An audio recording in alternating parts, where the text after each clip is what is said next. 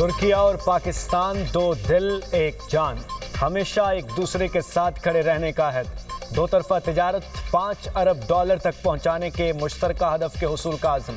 وزیر اعظم اور ترک صدر کی مشترکہ نیوز کانفرنس۔ شہباز شریف نے کہا پاکستان کو ترکیہ کے ساتھ اپنی دوستی پر فخر ہے۔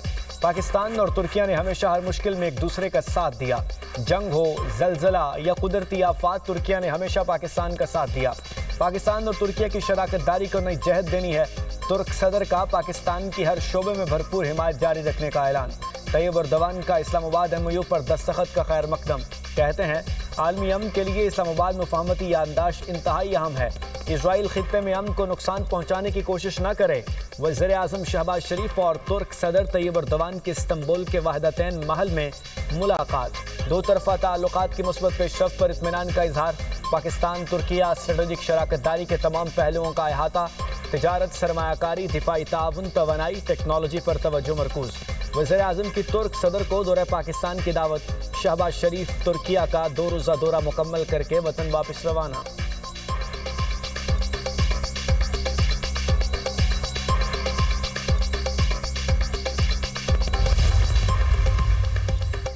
امید ہے آئندہ 2 ماہ میں امریکہ اور ایران کے درمیان پائیدار امن معاہدہ طے ہو جائے گا۔ وزیر اعظم کی ترک ٹی وی سے گفتگو۔ کہا فیلڈ مارشل نے امن عمل میں کلیدی کردار ادا کیا۔ Pak Turkiye business to business conference سے خطاب میں شہباز شریف نے کہا اللہ کے فضل و کرم سے امریکہ اور ایران میں جنگ بندی ہو گئی۔ یہ کٹھن سفارتی مشن ہرگز آسان نہیں تھا۔ امریکہ اور ایران کے صدور نے پاکستان کی ثالثی میں MOU پر دستخط کیے۔ ترکیہ پاکستان کا مضبوط اور مخلص اتحادی ہے۔ پاکستان پر جنگ مسلط ہوئی تو ہم نے اپنی خود مختاری اور وقار کا دفاع کیا۔ فیلڈ مارشل کی قیادت میں افواج پاکستان نے دشمن کو وہ جواب دیا جو تاریخ کا حصہ ہے۔ مشکل وقت میں ترکیہ، سعودی عرب اور دوست ملکوں نے پاکستان کے موقف کی حمایت کی۔ شہباز شریف نے ترک کاروباری رہنماؤں سے اہم ملاقاتیں کی۔ پاکستان کے ترجیحی شعبوں میں سرمایہ کاری کا دائرہ کار بڑھانے کی دعوت دی۔ دو طرفہ تعلقات کو مضبوط اقتصادی اور سرمایہ کاری شراکت داری میں تبدیل کرنے کی اہمیت پر زور۔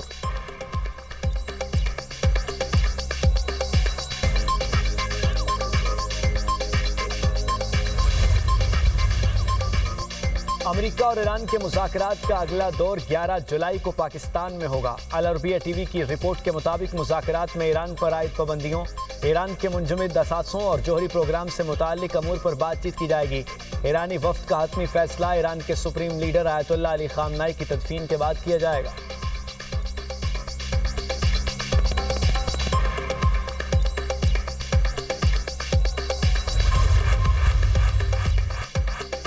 شہید ایرانی سپریم لیڈر علی خامنائی کی تعزیتی تقریبات۔ آیت اللہ علی خامنائی کے تابوت کا عوامی دیدار۔ شہید سپریم لیڈر کے ساتھ ان کے اہل خانہ کے تابوت بھی موجود۔ شہداء کے تابوتوں کے گرد شیشے کا خصوصی حصار قائم۔ لاکھوں افراد کی شہداء کو خراج عقیدت پیش کرنے کے لیے تہران آمد۔ گرینڈ مسلح کمپلیکس میں اطراف کی سڑکیں سوگواروں سے بھر گئیں۔ تہران میٹرو اسٹیشنز کے باہر بھی بڑی تعداد میں لوگ جمع۔ پیر کو تہران میں مرکزی جلوس نکالا جائے گا، اس کے بعد میت کو قم منتقل کیا جائے گا، جہاں سے جسد خاتکی کو عراقی شہر نجف اور کربلا لے جایا جائے گا۔ 9 جولائی کو شہید سپریم لیڈر کی ان کے آبائی شہر مشہد میں تدفین کی جائے گی۔ ایرانی میڈیا کے مطابق علی خامنائی اور ان کے اہل خانہ کی نماز جنازہ تہران میں جعفر سبحانی تبریزی، قم میں ناصر مکارم شرازی اور مشہد میں حسین نوری ہمدانی پڑھائیں گے۔ برطانوی میڈیا کا کہنا ہے کہ اب تک یہ واضح نہیں کہ سپریم لیڈر مجتبیٰ خامنائی نماز جنازہ میں شرکت کریں گے یا نہیں۔ آیت اللہ علی خامنائی کو 28 فروری کو ایران پر امریکی اور اسرائیلی حملوں میں شہید کیا گیا تھا۔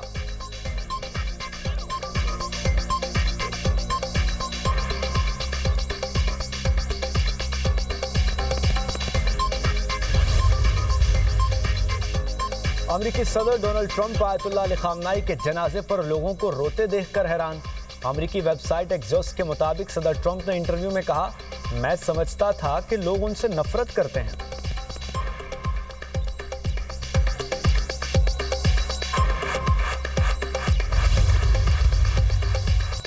آبِ ہرمز خطے سے باہر کی قوتوں کا فوجی میدان نہیں، ایران نے خبردار کر دیا۔ نائب وزیر خارجہ قاسم غریب آبادی کا کہنا ہے کہ آبِ ہرمز کی سلامتی کا ضامن ہونے کے ناطے آبی گزرگاہ میں کسی بھی فوجی نقل و حرکت کے بارے میں خبردار کرتے ہیں۔ آبِ ہرمز کی سلامتی کی ذمہ داری ساحلی ریاستوں پر عائد ہوتی ہے۔ بحران پیدا کرنے والوں کو اپنی مہم جوئی کے نتائج بھگتنا ہوں گے۔ ایران کے قائم مقام وزیر دفاع میجر مجید ابن الرضا نے کہا اگر وعدوں کی خلاف ورزی کی گئی تو ایران ضروری اور فیصلہ کن جواب دے گا۔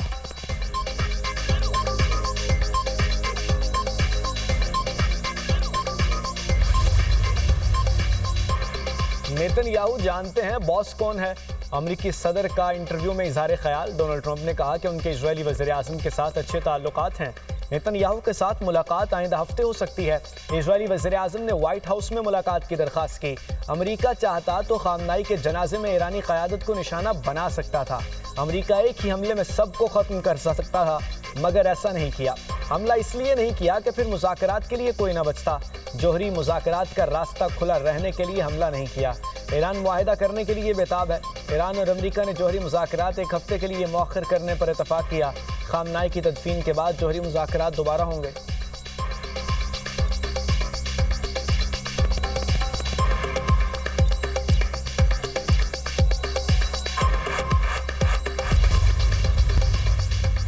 پاکستان میں تیل اور گیس کے شعبوں میں سرمایہ کاری کے پرکشش مواقع موجود۔ وزیر پیٹرولیم علی پرویز ملک کا بزنس ٹو بزنس کانفرنس سے خطاب۔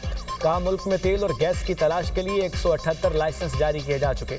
پاکستان میں تیل اور گیس کی طلب ملکی پیداوار سے کہیں زیادہ ہے۔ معیشت کی ترقی کے ساتھ توانائی کی ضروریات میں اضافہ ہو رہا ہے۔ وزیر توانائی اویس لغاری نے کہا کہ پاکستان میں ٹرانسمیشن لائنز بچھانے کے شعبے میں سرمایہ کاری کے وسیع مواقع ہیں۔ بجلی کے نظام میں بہتری لا کر نقصانات میں کمی لائی گئی۔ مشیر نجکاری محمد علی بولے سرمایہ کاری کے فروغ اور نجی شعبے کی حوصلہ افزائی ہماری پہلی ترجیح ہے۔ پاکستان کی معیشت مستحکم ہے۔ وزیر آئی ٹی شیزہ فاطمہ نے کہا کہ پاکستان میں فری لانسرز کی تعداد بہت بڑی ہے۔ ملک میں 26,000 I T technology companies registered ہیں۔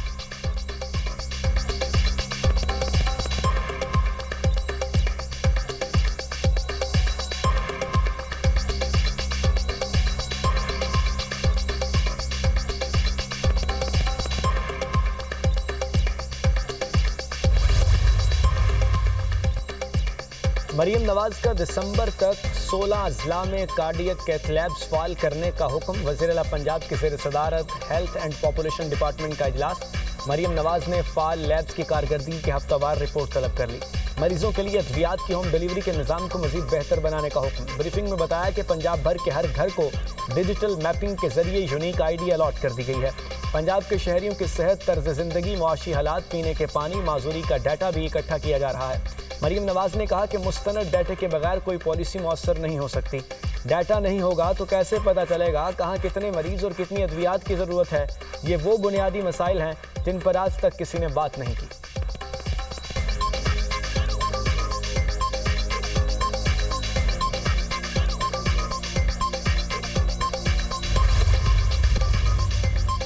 کراچی میں ٹریفک حادثات سے اموات کا سلسلہ تھم نہ سکا۔ قائد آباد میں بس سلٹنے سے 2 افراد جاں بحق 6 زخمی ہو گئے۔ کیماڑی کے قریب گاڑی کی ٹکر سے راہگیر بچی جان سے گئی۔ رواں سال مختلف ٹریفک حادثات میں 490 افراد جان سے گئے، 5,835 افراد زخمی ہوئے۔ ہیوی وہیکل سے حادثات میں جاں بحق افراد کی تعداد 160 ہو گئی۔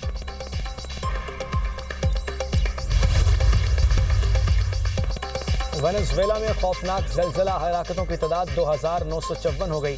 وزارت اطلاعات وینزویلا کے مطابق زلزلے کے باعث 16,592 افراد زخمی ہوئے، 6,309 بے گھر ہوئے۔ میڈیکل ٹیموں نے 22,445 افراد کی طبی سہولیات فراہم کی۔